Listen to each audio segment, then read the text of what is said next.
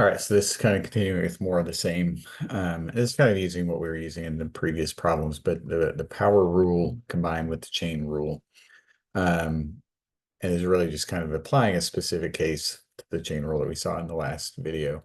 But recall the power rule is if we have take the derivative of u to the n, it would be n times u to the n minus 1. Now, if we assume n is a function, most of the time, well, pretty much all the time that we've looked at this in previous sections, it would just be an x. It would just be x to the n, and x is its function, but the derivative of x is 1, so we didn't really have to worry about this other part. But if this is some polynomial or any other type of function, it could be e to the x or anything else, or a square root function or whatever.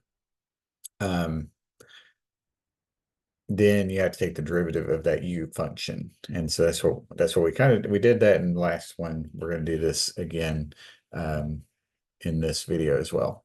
So this next example, y equals x cubed minus 1 to the 100th. So we're just going to use that power rule with the chain rule. So we're going to bring the 100 down and then leave the x cubed minus 1 alone. That does not change. We're going to subtract 1 from the exponent, and then we're going to multiply it by the derivative of that interior function there. So the derivative of x cubed is 3x squared, and then of course the derivative of -1 is just 0. So that's all we have. And then now it's just a matter of simplifying. So 100 times 3x squared, and we get 100x squared, and then the x cubed minus 1 to the 99th, and then that is it. All right, and then next one, a of v. So similar kind of problem, except this one's not a polynomial.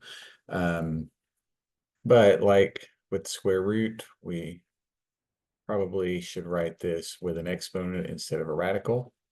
So let's write it to the 1/3, and then we can take the derivative using the chain rule with the power rule. So we'll bring the 1/3 down.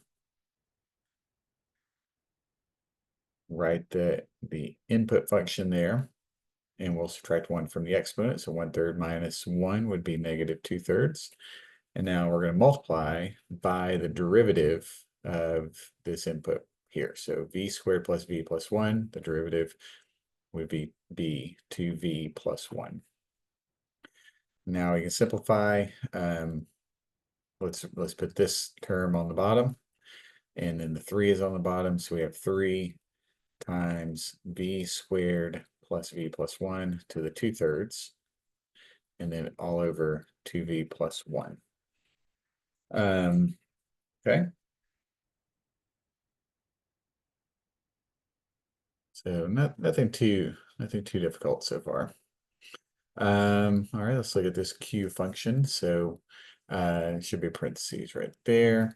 And so let's write this with this part, not as a fraction, with this part on top. So plus 3.2 to the -2. And now let's take the derivative. So q prime, we're going to bring the -2 down, multiply it by the -4, we get -8. And then just leave that part in the parentheses alone. We're going to subtract 1 from the exponent, -2 minus 1, we get -3. And then we're going to multiply by the derivative of this part. So that would just be 3.8t. And then we can multiply the -8 by the 3.8t. We can bring this part down to the denominator. So -8 times 3.8 is -30.4t. And then all over 1.9 t squared plus 3.2 cubed. That is our derivative. Okay, so it's definitely one of those things where, unless you're putting, I mean, it is possible to kind of have 3 functions, so like an f of g of h of x, where it's composing 3 functions. I don't think we're going to see those here. But when it's just 2, it's pretty much, it's not too complex, but you can get something that is pretty difficult to simplify, and this one might be one of those. So let's let's see if we can do this one. So we have t minus 2 over t plus 1 to the 9th. So we'll take the derivative as if this was like x to the 9th. So it would be 9 times t minus 2 over 2t plus 1 to the 8th. And now we have to take the derivative of this inside part. Now this is a quotient, and we learned about the quotient rule in the last section. So if you remember, the quotient rule is the bottom times the derivative of the top minus the top times the derivative of the bottom, all over the bottom squared. So we're going to do all of that. So we have the bottom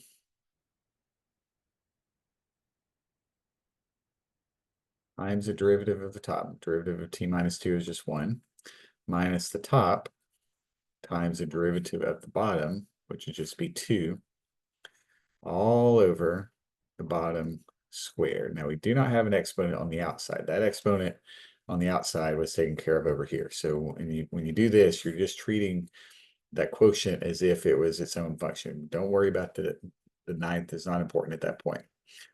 So now it's just a matter of simplifying. Now I will tell you, WebAssign will accept this as your answer. So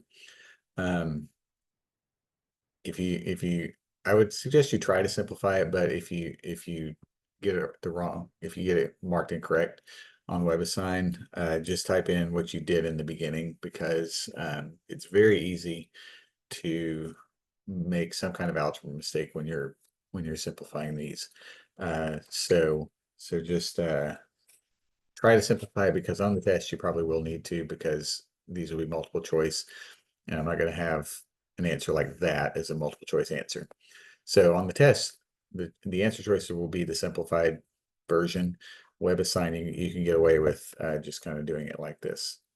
So let's just leave this one, and we're going to simplify this big fraction over here. So we have 2t plus 1, and then minus 2t plus 4, all over 2t plus 1 squared. And so we have 9. We'll leave this alone still. And on top, we just have 5. And then over 2t plus 1 squared. And then now we have 9 times 5 is 45. We have t minus 2 to the 8th. And then on bottom, we have 2t plus 1 to the 8th times 2t plus 1 squared. So that gives us a 2t plus 1 to the 10th. And then that is the answer.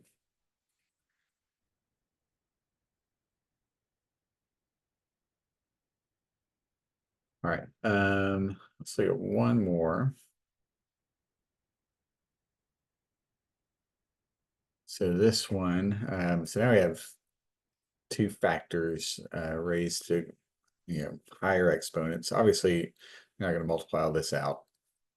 That is an option, I guess. You could FOIL all this out and then take the derivative term by term, but probably don't want to do that. So we're actually going to use the product rule on this. So we have 2x plus 1 to the 5th, and then times x to the 3rd minus x plus 1 to the 4th. And so we can use the product rule here.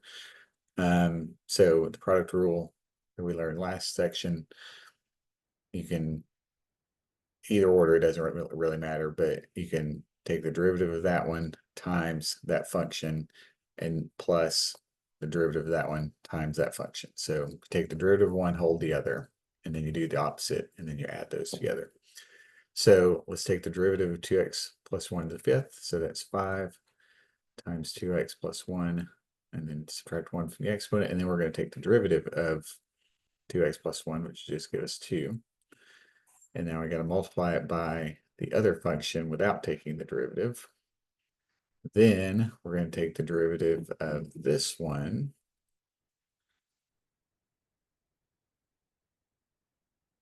And then take the derivative of x cubed minus x plus 1. So that'd be 3x squared minus 1. And then times 2x plus 1 to the 5th. All right, so now, again, on WebAssign, maybe just type this whole thing in and see if it's correct. But let's work on simplifying this. So we have a 10 here, 5 times 2. So the coefficient on this term is 10. Coefficient on this term is 4. So we can factor out a 2. And now just we have a 2x plus 1 and a 2x plus 1. So we can pull out a 2x plus 1. Now pick the lowest exponent. So to the 4th, to the 5th. So we're going to pull out to the 4th. And then we have x cubed minus x plus 1 in both of these. We have to the 4th, we have to the 3rd, so we're going to make it to the 3rd. And then we have the 3x squared minus 1 in this one, but it's not in this one, so we cannot factor that one out. We just have to leave that where it is. So now let's see what we have left. So the coefficient was 10. We pulled out a 2, so that leaves us with a 5. We pulled out 2x plus 1 to the 4th, and that's all we have here, so there's nothing left of that one. We have x cubed minus x plus 1 to the 3rd, but we have to the 4th in this one, so we still have one of those left over. Then for this one, we pulled out a 2, but we have 4, so that leaves a 2.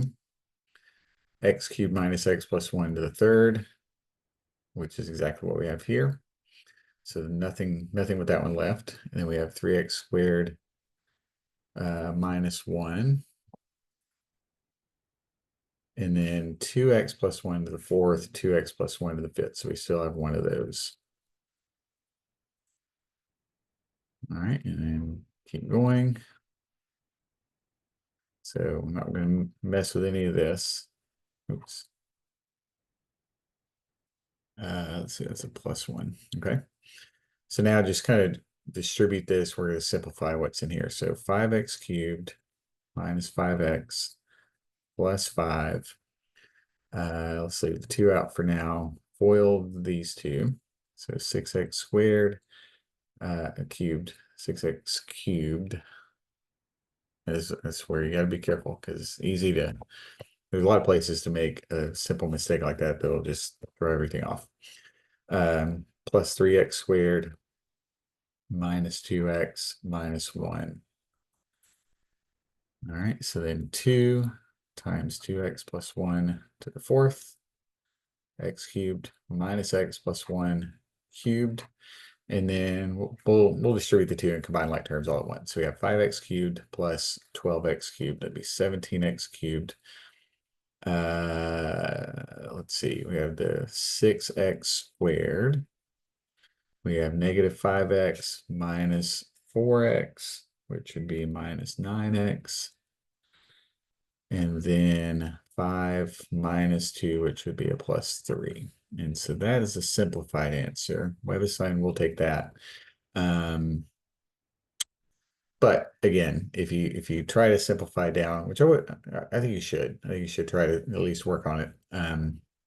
You want to have the algebra skills to be able to do that. But if you try it a couple of times and you keep getting it wrong, put this in and put the original unsimplified part in and see if you can if it counts it right, because that way at least you know you're taking the derivative correctly and it's just a matter of your algebra is wrong. Okay, so we'll go to the exponentials on the next one.